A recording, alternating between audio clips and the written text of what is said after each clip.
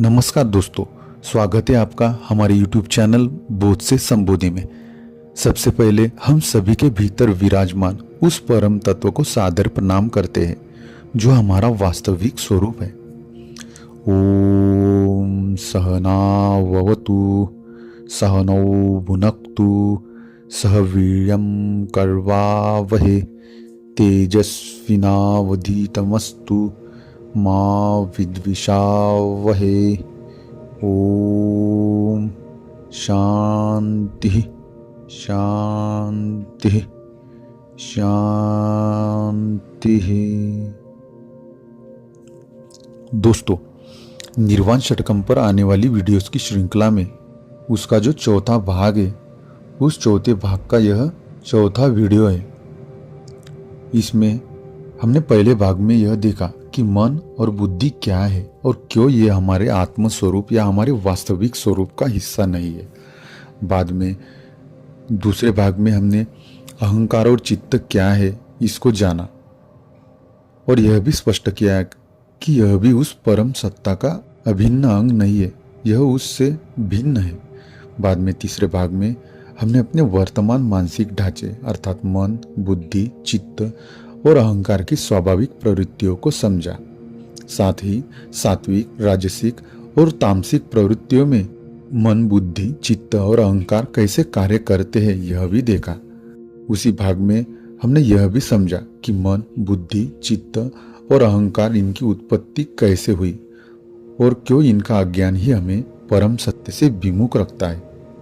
अब इस चौथे वीडियो में हम अपने सृष्टि के स्रोत परमात्मा, मन, बुद्धि, अहंकार, चित्त, ज्ञानेंद्रिय आदि के बीच के संबंध को कठोपनिषद में जो प्रसिद्ध रूपक है रथ का, उसके आलोक में देखेंगे।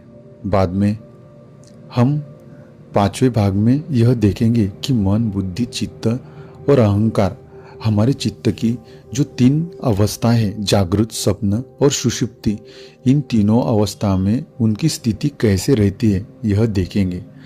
और उसके बाद हम चौथी अवस्था जो कि तुरीय है उसके बारे में भी जानकारी लेंगे। आइए सबसे पहले हम रथ रूपक के प्रकाश में परमात्मा, मन, बुद्धि, अहंकार, चित्त, ज्ञानेंद्रिय आदि के बीच के संबंध को समझने का प्रयास करेंगे।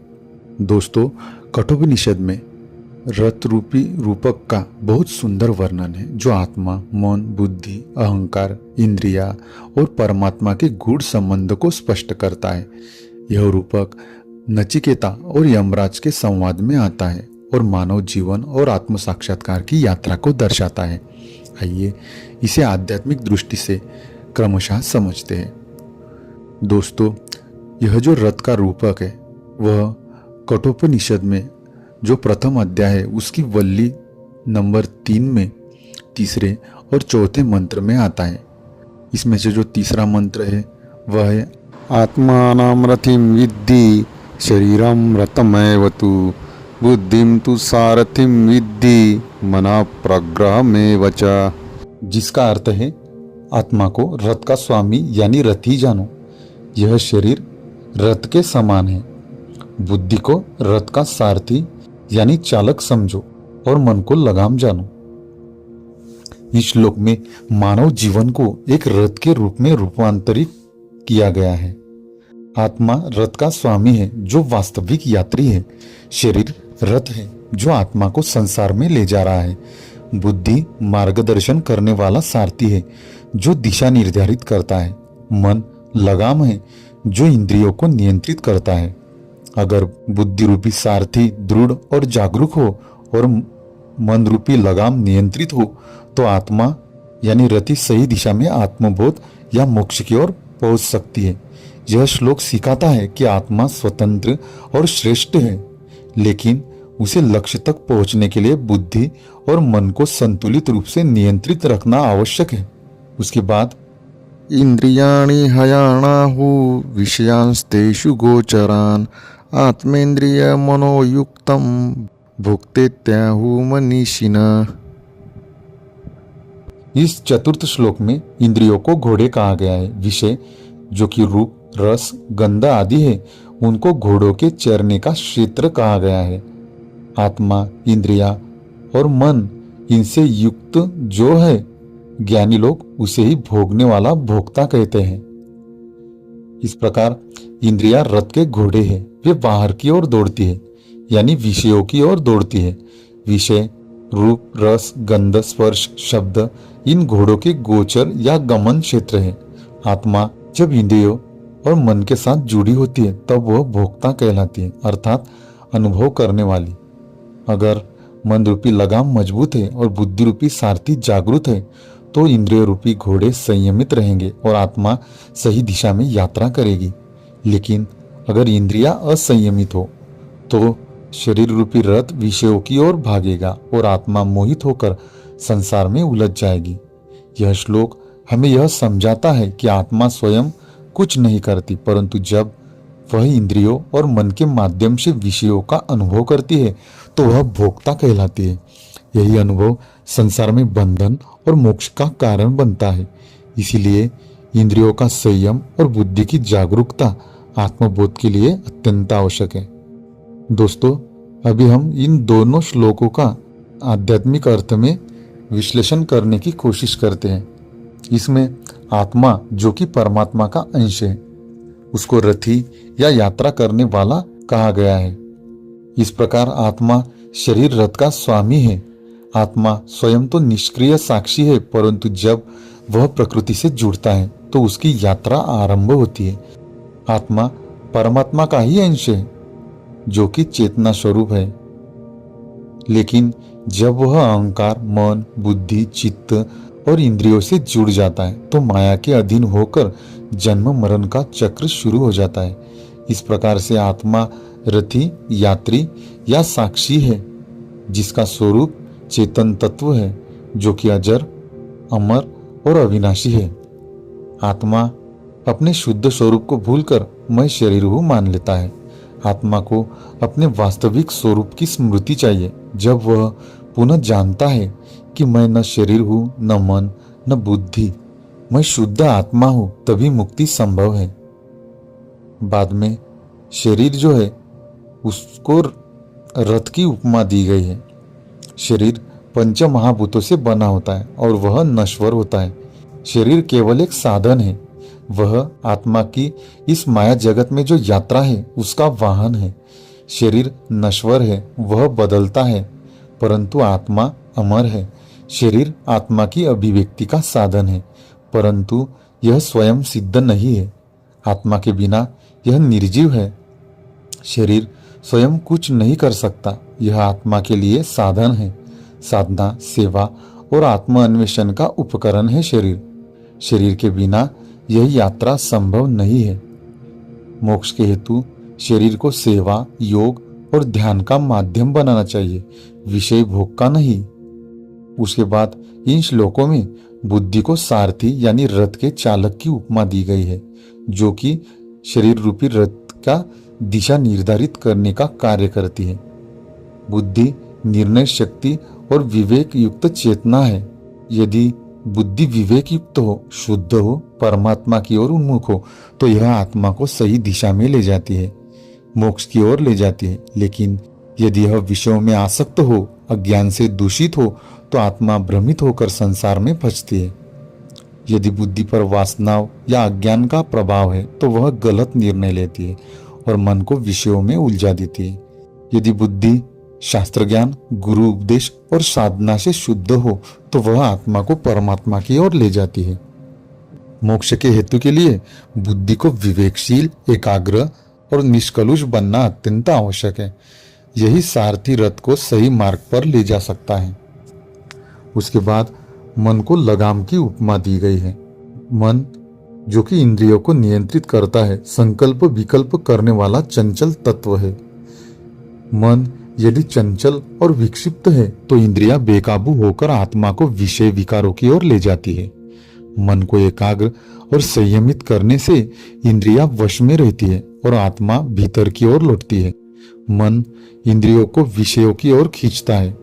यदि लगाम कमजोर है, मन असंयमित है तो इंद्रिय रूपी घोड़े बेकाबू हो जाते हैं। मन ही चित्त और अहंकार से प्रेरित होता है। मोक्ष के हेतु के लिए मन को ध्यान, प्रत्याहार और सत्संग से नियंत्रित करना पड़ता है। संयमित मन ही इंद्रियों को वश में रख सकता है।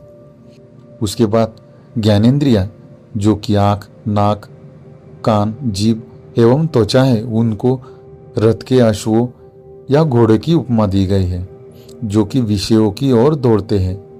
आपकी इंद्रिय यदि अनियंत्रित हो तो आत्मा को विषयों में फंसा देते हैं। जब तक इंद्रिय रूपी घोड़े मन रूपी लगाम और बुद्धि रूपी सारथी के वश में नहीं होते, तब तक शरीर रूपी रथ की यात्रा आत्मा के लिए संकटपूर्ण बनी रहती है।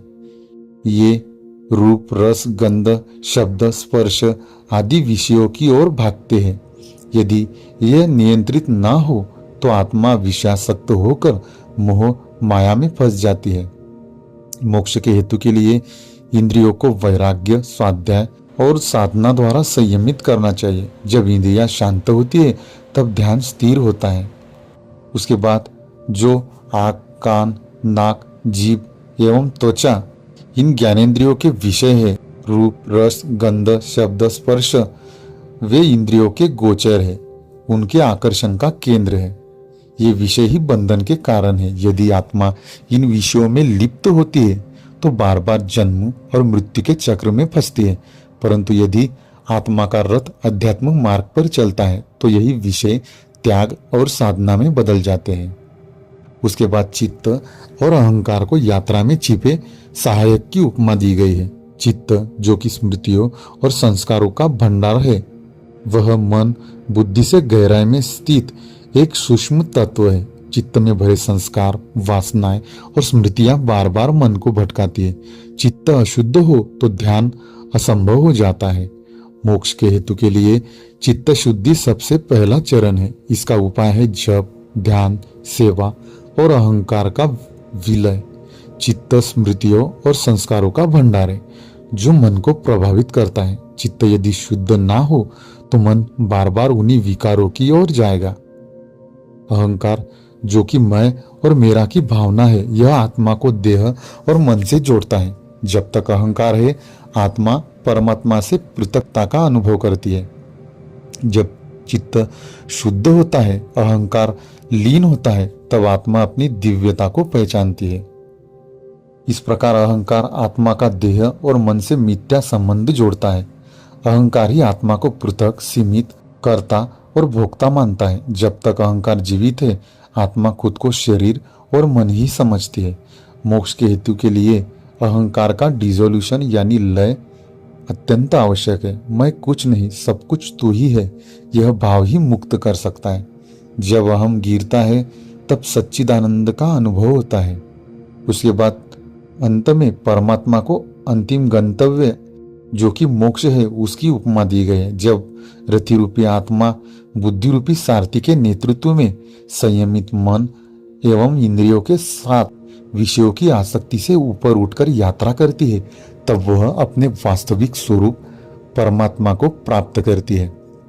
यही तुरीय अवस्था है, जिसको कि निर्विकल्प समाधि कहा जाता है, जहां आत्मा और परमात्मा एक हो जाते हैं। निष्कर्ष के तौर पर यदि हम देखें, आत्मा को रथी की उपमा दी गई है, जो कि साक्षी चेतना है और परमात्मा का अंश है। शरीर को रथ की उपमा दी गई है, जो कि आत्मा का इस संसार में साधन या माध्यम है। बुद्धि, जिसको सारथी की उपमा दी गई है, वह उस शरीर रथ को दिशा देने वाली विवेक शक्ति है। मन को लगाम की उपमा दी गई है, जो इंद्रियों को नियंत्रित करने वाली शक्ति है। इंद्रियों को अश्वों की उपमा दी गई है, जो विषयों की ओर खींचने वाली शक्ति है। विषयों को मार्ग के आकर्षण यानी संसार के बंधनों की उपमा दी गई है। चित्त, जो कि स्मृति पात्र है कर्मों एवं संस्कारों का, उसकी उपमा दी गई है, जो कि इस यात्रा में सहायक का काम करता है। अहंकार, जो झूठा स्वत्व या भावबंधन का मूल कारण है, वह भी इस यात्रा का एक सहायक है। अंत में परमात्मा आपका अंतिम लक्ष्य है, जो कि मोक्ष या अद्वैत की प्राप्ति है। इस प्रकार जब आत्मा यानी रथी अपने सारथी यानी बुद्धि के माध्यम से संयमित लगाम यानी मन वश में अश्व यानी इंद्रिया और शुद्ध चित्त तथा मरा हुआ अहंकार के साथ विषयों से उपराम होकर यात्रा करते हैं, तब वह लक्ष्य परमात्मा को प्राप्त करते हैं। आइए अब इस रथ रूपक को एक आध्यात्मिक साधक की जीवन यात्रा के रूप में विस्तार से समझते हैं। जैसे कोई साधक आत्मा से परमात्मा की ओर कैसे यात्रा करता है, किन किन चरणों से गुजरता है और प्रत्येक अंग की भूमिका क्या होती है। इसमें जो प्रथम चरण है, जो कि अज्ञान की स्थिति है, उसमें रथ अनियंत्रित होता है। साधक को अपने आत्मस्वरूप की जानकारी इस अवस्था में नहीं होती, वह शरीर को ही मैं मानता है। अज्ञान की अवस्था में बुद्धि विषयों की ओर उन्मुख होती है, मन चंचल और बंधनों से भरा हुआ रहता है। अज्ञानवश इंद्रियां भी अनियंत्रित होती है और वह विषयों की ओर दौड़ रही होती है। चित्त में काम, क्रोध, लोभ आदि संस्कार होते हैं। अज्ञान की स्थिति में अहंकार अत्यंत प्रबल होता है। वह मैं करता हूँ, मैं ही सब कुछ हूँ की भावना को ढोते रहता है। अज्ञानवश जीवन दुखमय, भ्रमित और माया में लिप्त रहता है और आत्मा विषयों में बंधी रहती है। जब साधक प्रथम चरण को पार करके द्वितीय चरण में पहुंचता है, तो इस द्वितीय चरण में उसमें जिज्ञासा की जागृति होती है और यही आत्म अन्वेषण की सच्ची शुरुआत है। जीवन में बार बार दुखों के अनुभव से आत्मा भीतर की ओर देखना शुरू करती है। बुद्धि शास्त्रों और गुरुओं की ओर आकर्षित होती है। इस जिज्ञासा जागृति की अवस्था में मन में प्रश्न उठते हैं कि मैं कौन हूँ, क्यों जन्मा हूँ। चित्त में इस अवस्था में वैराग्य और विवेक के बीज अंकुरित होते हैं, जिसका परिणाम यह होता है कि साधक अब मार्ग खोजता है, भक्ति, ज्ञान, योग या सेवा के माध्यम से। बाद में जिज्ञासा जागृति के चरण से साधक जब साधना करने लगता है, तब उसका शरीर रूपी रथ पर नियंत्रण प्रारंभ होता है।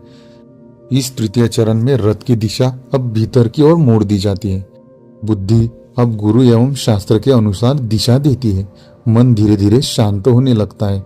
ध्यान, जप, अनुशासन के द्वारा इंद्रियां संयमित हो जाती है। चित्त की अशुद्धियां क्षीण होती है। स्मृतियां शुद्ध होने लगती है। अहंकार अब सेवा, विनय और नम्रता से गलने लगता है। इस प्रकार साधना के द्वारा आत्मा अब भीतर की यात्रा आरंभ करती है, ध्यान, समाधि और आत्मनिरीक्षण के द्वारा। बाद में चतुर्थ चरण में साधक को तत्वबोध होता है, यानी आत्मस्वरूप का अनुभव होता है। साधक आत्मा और अनात्मा का भेद जान लेता है। मैं शरीर नहीं, मन नहीं, बुद्धि नहीं, मैं शुद्ध चैतन्य आत्मा हूँ।